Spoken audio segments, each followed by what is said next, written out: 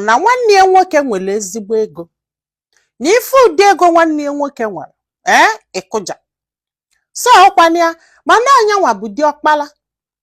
na sisi nwanne ya nwoke a nwere ego anụnwa o nwere na ọ na-enyekweli ya aka ahụ na-enye ya ego na ya mara ife na-eme ego enyenye ọgbali na-enye n'aka ego enyenye ọgbali na-enye n'aka na ya mara ife na-eme ya actually o wee lụọ recently na nwanne ya nwoke wee kpọọ ya wee sị ya biko na ya agbatali ana ka ya lụọla ya ụlọ ya lụsịala ya ụlọ na ya ga-enyekwu ya 6M iji wee bido afịa ọbụla ọ chọrọ ibido and na ya ga-anụlụ ya nwaanyị akwa ịghọtago mana ọ bụrụ na ya mesiela ya ife ndị a niile na ọ ga-ahapụli ya ngwulube nne ya ngwulube papafa maka na ọnya bụ diọkpala ya nwa kwesịrị inwe ngwulu afọ mana kịta nwanne ya nwoke afọ chọrọ ya bụ ngwulu wee gosisiala ya ife niile n'ụwa ọ chọrọ imeli ya ma ya hapụli anya bụ ngwulu si ọkwana ya si ise afọ ya naba anya na-adagharị ya wee kọbala enyi nwaanyị akọsala enyi nwaanyị wee si ya mba nye ekwekwana na o nwere ife meketa enu ka ọ hapụli ya oke lulie na asị diọkpala and na ebelivuru na ọ just chọọ ngwulube nne ya for nothing na nwanne ya nwoke ji ego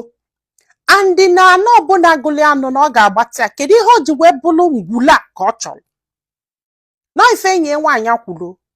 mana ya nwa n'ihe nke agbalị aghalị na ya gbara ife a ga-ekwu ya wee cheketa ife anya wee je wee kọbala onye isi ụmụnna wee sịa na ngwulube nna gị bụ oke lulu gị na oke lulu gị na ifesa gị ka iji eghe eme na etele ụgbọ etele ose na the ball is in your court na ife ikwuru bụ ife ga-eme na onye rie ezigbo ụsa like na ọgwara ya ife ya na-elo ka ọgwụ ya mana onye isi ụmụnna anụnwa so na ndị nwanne ya nwoke na-emeli ife ọma so na ya atarị ụta ya wee na-eche ihe anụnwa ikekwula ọtọgwụ ya wee chọọ ka amali ife ndị mmadụ lo nwanne m kedu ife ilo onye welu ngwulube nne ya bụ oke luli enu nye nwanne ya nwoke ka o meelie ife ọma niile ọ gụsịsịrị ya ka onye jụkwa aka na ntị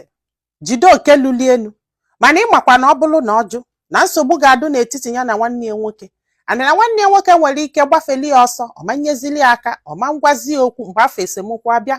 nwanne m biko ọ bụrụ na ị ga-esi ajụjụ a gwa anyị ife ilo na comment section maka na ọ ga-enyelu nwa okolobịa aka ije ma ife ọ ga-eme ndị be anyị daalụnụ ka ọ dị n'ụbọchị ọzọ ma nyekwazịalụ m aka tụsa ozi a ka olu ndị ọzọ ntị